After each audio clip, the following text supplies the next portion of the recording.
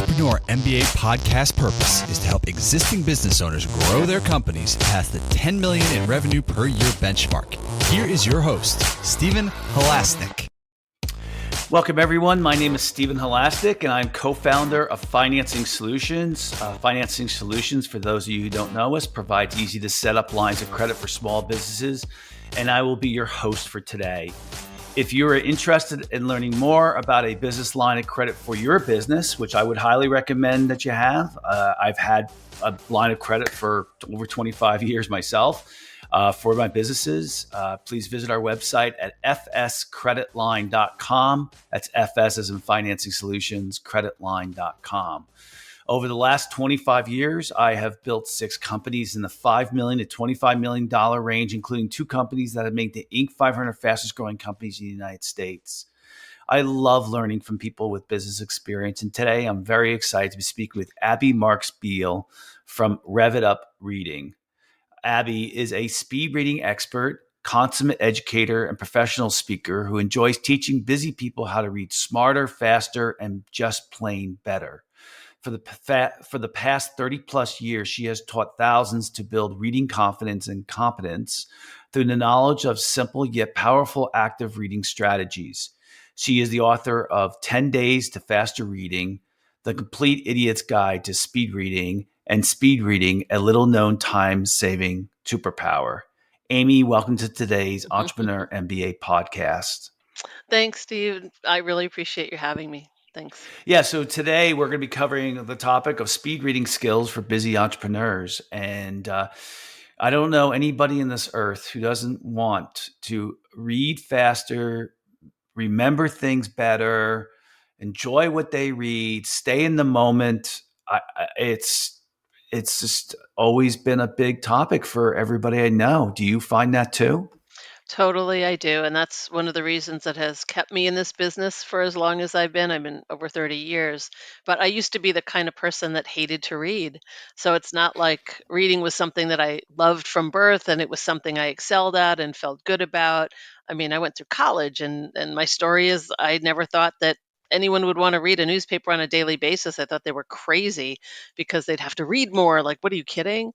And so I really hated to read all the way through college. And it wasn't until after that I took a job that enabled me and taught me how to upgrade my skills so I can teach others how to do it, that I was like, oh, that's what it's about. Oh, okay. Let me share it with others. And so that's kind of how I made a career out of it since then.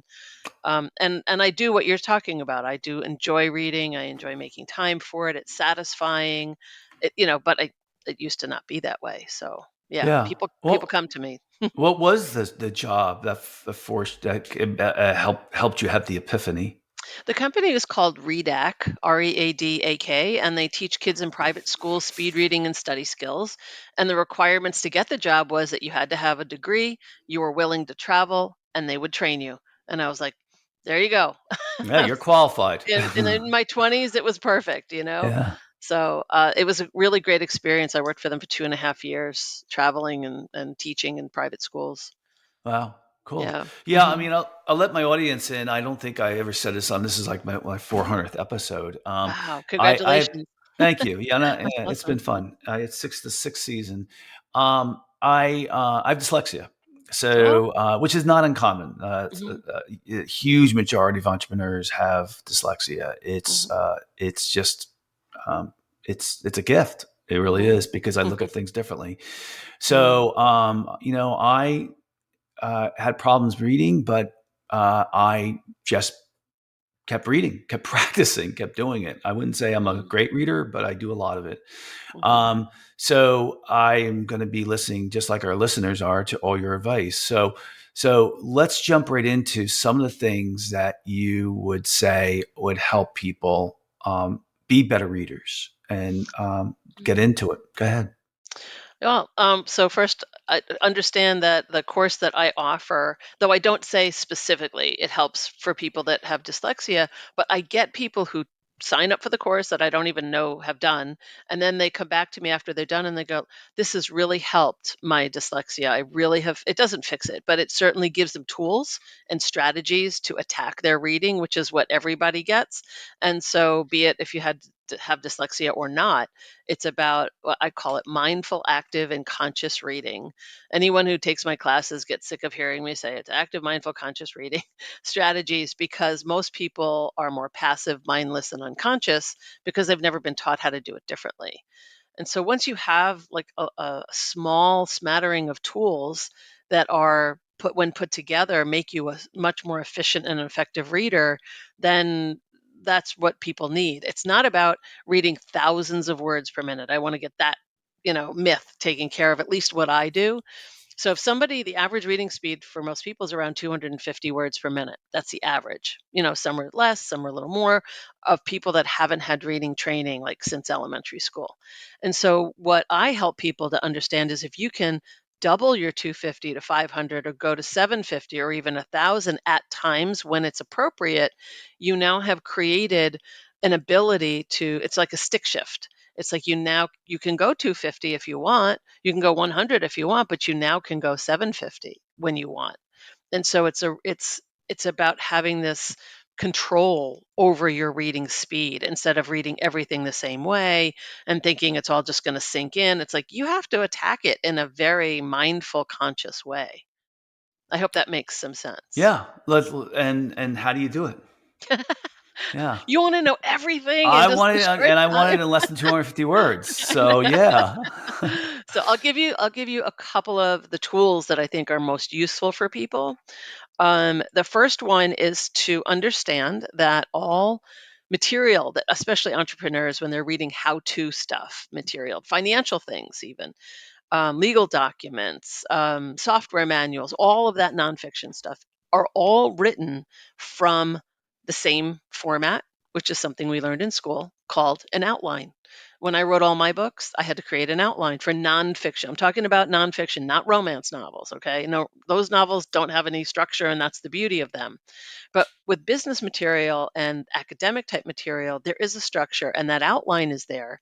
So most people don't realize it, but what you're reading is a fleshed out outline.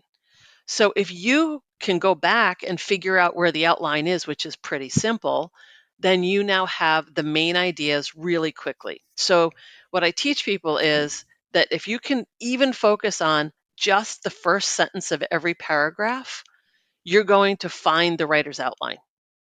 What you're missing are the details and the explanations, which maybe you need, but at least you have the structure. It's like if you take a car trip from, your town to, the next town over, you kind of have to know how to get there. You need to know the signposts, the twists, the turns, whatever, before you go on that trip. Otherwise, you get pretty lost. So once you know where you're going, it makes it so much easier to get there. Hmm. So it's really about understanding you're reading a fleshed out outline and finding that outline in the first sentence of most paragraphs of, I'll say, edited material. It's not like something that you get on email unless they're really good writers, but it's more the content, the books, the magazines, the newspapers, and that kind of thing. I let me ask you this is it's a little bit off topic, but I find that I'm 58 now, Mhm. and I find that I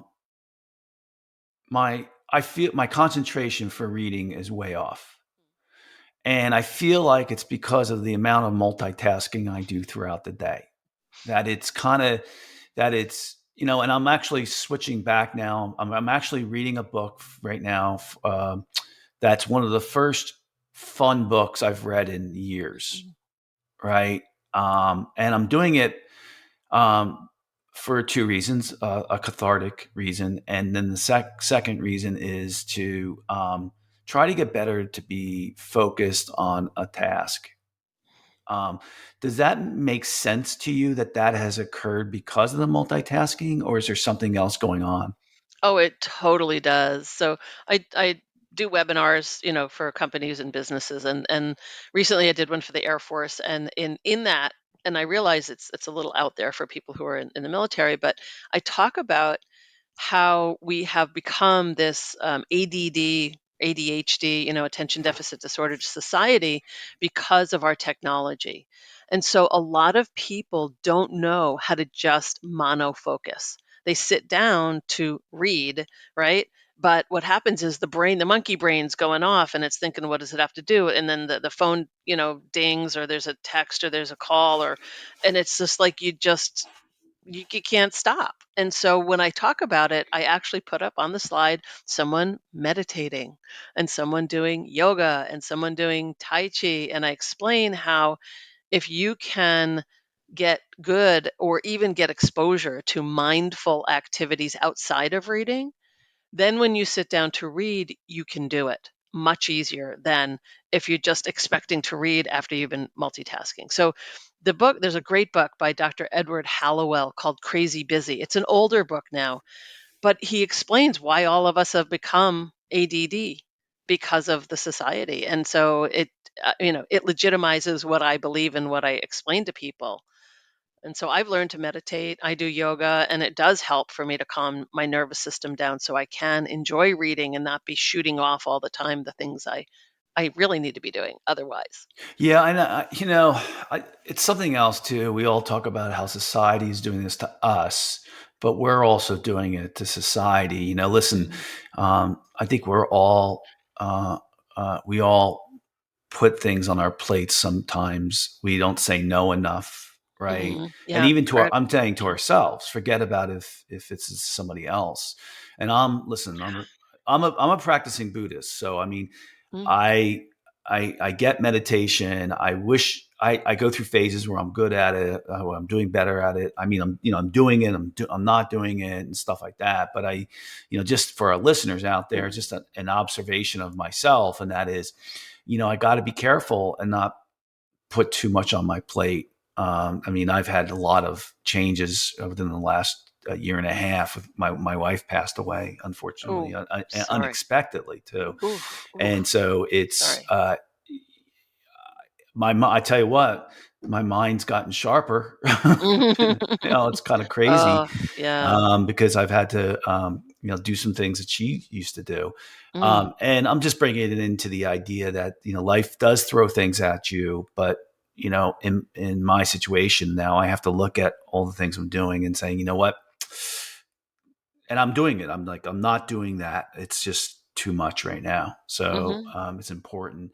So that's one of the reasons mhm, I took up reading again. Really was because I needed to kind of get some uh, my mind back into not being a monkey mind, which is mm, it's actually a term we use in Buddhism a lot. You use mm. it in yoga a lot too. Yeah, right. Um, how it's going to be a stupid question because I know we just talked about it, but Mhm, how do you stop that monkey mind? Which we mhm. just talked about some techniques. Yeah, for sure. And first, my condolences about your wife. Thank you. Yeah, Yeah, it was a that's tough. terrible story. Believe me. But go Uh, ahead. we can talk about that another time. I'm No, very we're interested not in that. gonna. But Okay. All okay, right. thank Okay. you. Yeah. So when it comes to trying to gain the focus, it's about having these intentional thinking. So when I sit down to read something, when I say, okay, here's my reading time, I have some time and I have some things stacked up, be it on my computer or be it physical material. I ask myself the question, why am I reading this? The first thing that I see, be it on my computer, be it on the paper, and I have to answer the question. Why am I reading it? Like just because it's here, or because I really need it for something I'm working on, or is there something else in this group of things that I have that is more important right now to me and things that so I prioritize a lot of the material. I also talk about getting rid of things that don't satisfy you, and it's a ranking system on a scale of 1 to 10, whereas anything that's in your reading pile that is just really not a good use of your time is a 1, and something that's a 10 is something that almost makes your heart skip a beat. It's that good. And you rank it on a scale of 1 to 10, and anything that's 6 or over, keep in your pile. If it's under, get rid of it so that you are more attracted to that pile. It just makes it something that you want to spend your time on, number one, which makes it certainly better than just like, oh, I have all this stuff to read, right? And then once you do, and you do sit down to do it, and I always say sit down because because most of the time you should be sitting down like at a desk or table at a place that is a workplace, not with a lot of clutter around you. Because I talk about the intentionality. If you know why you're reading it, then you ask, what do I need it for? Like, is it for work? Is it for pleasure? Is it for my background knowledge? Do I have to, talk to a colleague about it? What's the reason? So that you read with that reason in mind. And then you also are sitting using, and I talk about this, and we can't go through all of them, but how important it is to use your hands or a card to keep your place, to keep your focus, and also to expedite the speed a little bit, because there's so many words on a page, the eyes need to have a place to focus. Yeah. You Yeah. know, it, So when you're reading something that's important, let's go back to what you said earlier in the podcast, and that is that the first sentence is mhm, the key ingredient. Will mhm. you read the piece um, and then go back and reread the topic sentence of every paragraph? The other way around. Oh, you read I'll, the topic sentence first. Oh, yeah, that's pretty cool. yes, Oh, I because like this that. this way, as you get better at it. So the first is there's like, you've got to walk before you run, is that you just have to find the outline, just know the outline exists. And then as you get better at it, when you find a paragraph like, oh, that's really interesting. That first sentence really is interesting. I want to read more of that paragraph, but you only go as far as you need, and then go to the next first sentence of the next first paragraph. And then if that one's like, okay, I don't need anything more, then you go to the next first sentence. So you pick and choose where you spend your time. So it's almost like a helicopter being up at a 10,000-foot view instead of just walking, through every little, street and corner. It's more like, let me get the bigger picture. Let me decide where I want to spend my time or where I want to fly over instead of walking through. I hope that makes sense. Yeah, it does. And Yeah. it's very helpful. Can you tell that a book? I always read the first chapter of a book Hmm. to see if I'm going to like the rest of the book. Because like with Amazon and everything now, you can read the first chapter and then you see. Yeah. Yeah. Um, would you suggest you use that technique to see to read the first line of the first two chapters to see if it's going to be something that you're interested in? I think you'll tell within the first chapter. I Yeah. mean, read first sentence, read like the introduction. Like where is this supposed to go? Like a paragraph or two, but then stop and read first sentences of paragraphs. Do you like the way this author develops their ideas? Do you like the way that they discuss things? And then you'll know right away whether it's worth your time or not. I mean, that cuts it to the chase right there. Within something that might take you, let's say it was a 10-page, chapter that they give to you, you could spend the time reading all 10 pages, but if you do that overview, it might take you 3 minutes versus 15 or 20. Yeah, So yeah, yeah. yeah, so Yeah. it's really effective for weeding out stuff and finding what's important for you. How is reading is a kind of a crazy question because it's so old school now because everybody's doing it. How does reading on your computer screen, even if you have multiple screens, like I have three screens, I mean, Yeah. how does, Mhm. it's interesting how, if you have a hard copy book, Mhm. right, it stops you from the distractions, right? If you're reading on your screen, um, are you stopping and starting and stopping and starting quite a bit? Mhm. What's your take on this? So there are strategies. Once I show people how to use the strategies on paper, then we adapt them to a screen. And so there's one great app I'll encourage everyone to check out called Beeline Reader, Beeline reader.com. And what that does is it can take, you come to a web page, let's say a magazine article or something, you have videos playing and things flashing and things trying to get your attention. And so, what Beeline Reader does is when you have it onto your browser, you click on it, and the first thing it does is it color codes the lines so that you can, at the end of the line goes blue, then the beginning of the next line is blue, then the end of that line is black, goes to black, then red to red. So you can easily track your eyes. But the best part about Beeline Reader is this thing called Activate in Clean Mode. So once you get those colors, you click on that and all the other stuff goes away. Everything gets into a standard line length. It's big print and you just kind of follow it. It's so much easier to read that way. Wow. And then you use some of the hand or card methods to adapt it on screen and you've got a really nice set of strategies, Well, I to get through certainly, your I reading. mean, I knew this ages ago. I shut off notifications on my computer. Oh I yeah, don't use that. That's kind of good. crazy, you know. What? Yes. Why do people come to you? For rev it up reading, it's for many different reasons. One of them could be just a student who's in high school, college, just wants to get better at their skills as they are going through their academic work. People who have been working for a long time going back to school, but also business people, entrepreneurs that have, you learn from reading. I mean, when you think of all the things you can get from a book or a magazine or, whatever, there's so much you can get from the printed word. And so I think it's just some people just feel they need to do more and they don't know how, or they feel really inadequate. Like one of the first questions I ask in my training is to fill in this blank. I am a blank reader. And that blank, whatever word comes to mind, is their attitude about themselves. And so they might say, "Oh, I'm a slow reader," or "I'm an inadequate," or "I'm a distracted reader." And that immediately tells me that they need to work with me. Or they might say, "I'm a voracious reader, but I want to learn more." Then that's great. I love working with people that have a good attitude. So, but a lot of people do come to me for that because they need to build their confidence and competence in their reading because they Yeah, don't get it, you know? mine would be lost practice. Yeah. I lost that practice. Yeah. Yeah.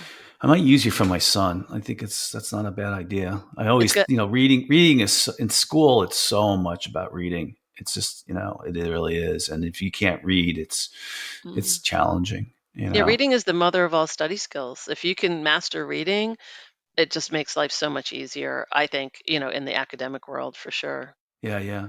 Mhm. Um, so when you do bring, let's say, a business owner on as as a coach to help them, Mm. um, other than asking them that question, what are you trying to do with them? Trying to teach them all the strategies that I know work. And I find out, what are their needs, of course. What kinds of things do they read? How are they structured? Let's look at them together. I don't typically do a lot of private coaching anymore. I used to, but I have an online course now called Rev It Up Reading, where through the course interface, they can email to us their questions. So it's not like they're left hanging, but as they're going through the course, it's like I walk people through it one step at a time. And then they get to figure out how it applies to them or what questions they have and troubleshooting. And so we get back to people, from taking the class. So And really, how yeah. long is that? It takes a total of 5 hours, Hmm. but you don't do it all at once. I tell people there's 9 modules to do, like, maybe 1 or 2 at a time, and then digest it and use it and apply it in your world, and then come back when you're ready and do another couple of modules, and because there's definitely tips, tools, strategies in every one. There's 17 timed exercises you do in the class, through the whole No. thing, but it's only Cool. 5 hours. That's Yeah, it, yeah, yeah. you know? And in each class is how long? 20 minutes or section? It's about 20 minutes. It depends on how quickly you read. And it depend. Yeah. So it's Does it like 20 to depend? 30 minutes for each Does module. it is it age based or no? I tell people the course is appropriate for age 12 and above, just Okay. because the timed reading exercises have a reading level that's like grade 10.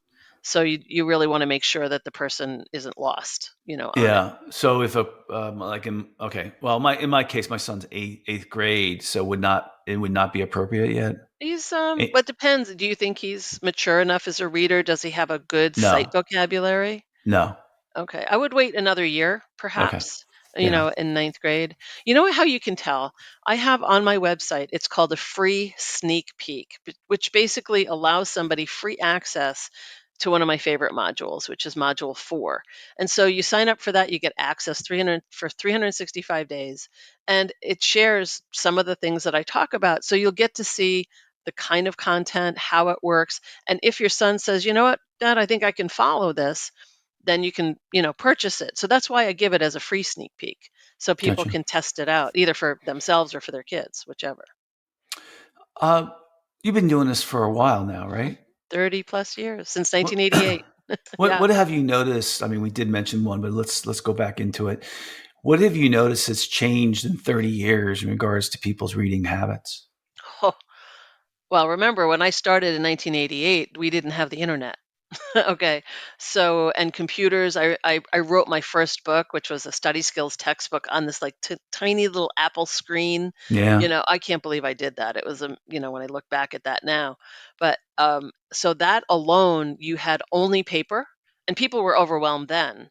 But then by, I think the internet by 1995, 96, when the desktop computer became more popular and the internet and websites, then it was, you duplicated it, because then you had your magazine in hand, and then you had the magazine version online, and it's like, which one do you look for? What do how do you read? And then the e-zines, the online newsletters, and it's just like it's just become exponential. And I think people have a heart, like you said, it's about making boundaries about what can I do, what should I be doing right now. And a lot of people don't know how to create boundaries, or to say what's important to me. What do I want to spend my time on? And so that's an issue for people, is Yeah, I mean, becoming that organized. yeah, I'm working on it too. I mean, I'm trying to, I call it create space, because Yes, you just yes. need space to sometimes do nothing. Yeah. I'm not good at that. Mm, Always trying to fill. I mean, sometimes it's forced on you too. But mhm. um, anyway, so you've been so you created these modules, and so you've created these. When's the last time you had to update those modules? So I did an update, a little bit of an update about a year ago, because there was some changes. I still have one more update in me, but the course is hosted on a learning management system, and it's I'll call it sophisticated. I'll also call it fairly expensive in the way that it's been done. But I started it in 2008, and it what used to be 3 modules, 3 big modules, and I was like, no, we got to break this up. So I broke it into 9, and so I've been morphing and changing it, depending on what I think people can use. And right now, I think I've gotten to a stride with it, where pretty much there's not a whole lot that needs to get changed at this moment in time. And so it's very helpful. Yeah, it's very helpful for people to either have 7 days, 90 days, or a 365-day access to it. So it's their choice, you Yes. know.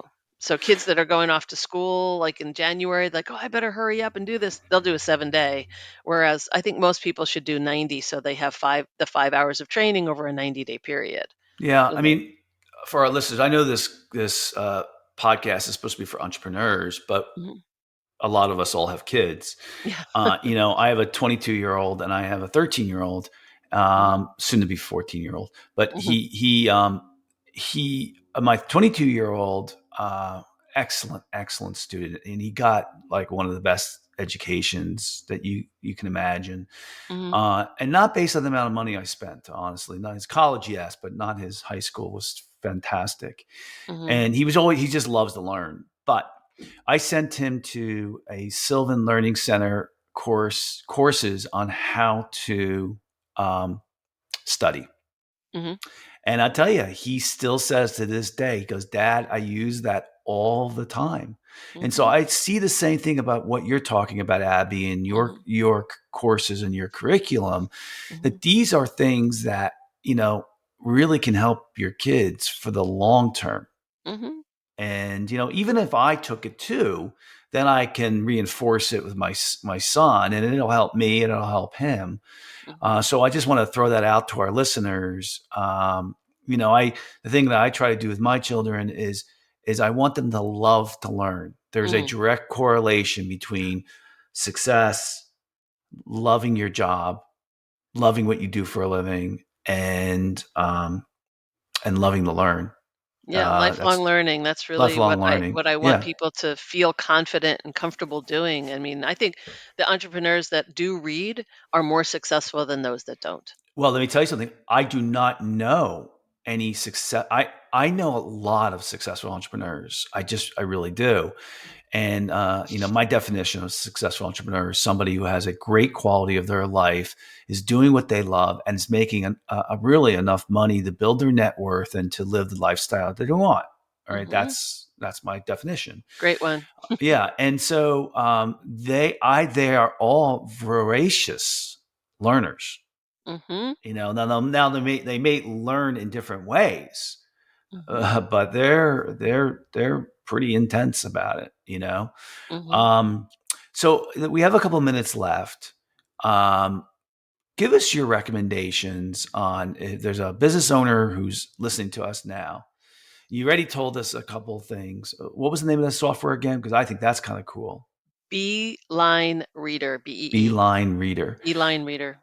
Yeah. So I think that's a great recommendation. I think, Mm, using the one page, like you said, I know my niece, who's an amazing kindergarten teacher, she recommended that to me because when I have a hard time filling out forms. mm, And so she's like, use a piece of paper and go mhm, down. So you're suggesting that for reading. It's very interesting. You mentioned having, you know, picking through your pile and saying, prioritizing what's important, what's not important. mhm, I guess bucketing, you didn't say this, but I'm assuming that maybe even bucketing some time. This is more time management skills and reading skills, where you say, for this part of the hour of this day, I'm going to read through this folder that I have on my computer or whatever. mhm. Um, what other recommendations would you have? You said the subject matter, read the first sentence of Mhm. important documents and then come back and reading that. Which is that's a great idea. That would not have been intuitive for me.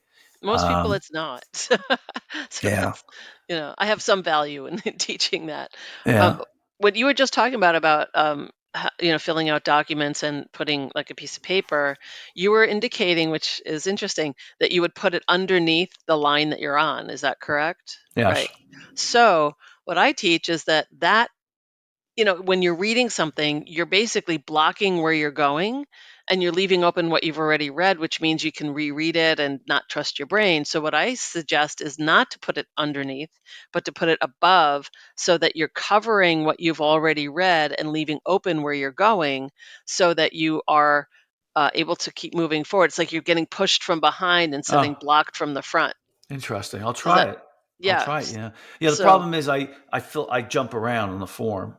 That's my problem. But Yeah. so forget about a form, let's look at just regular reading. So Mm. there you go. I don't The form is different than text, for Yeah. sure. Yeah. Yeah. Yeah. Yeah. I get you. Yeah, yeah, yeah. Um, well, it's all good stuff. I think that's really kind of all the time we have today. Okay. I'd like to thank so much Abby Marks Beale from Revit Up Reading for coming on to today's podcast.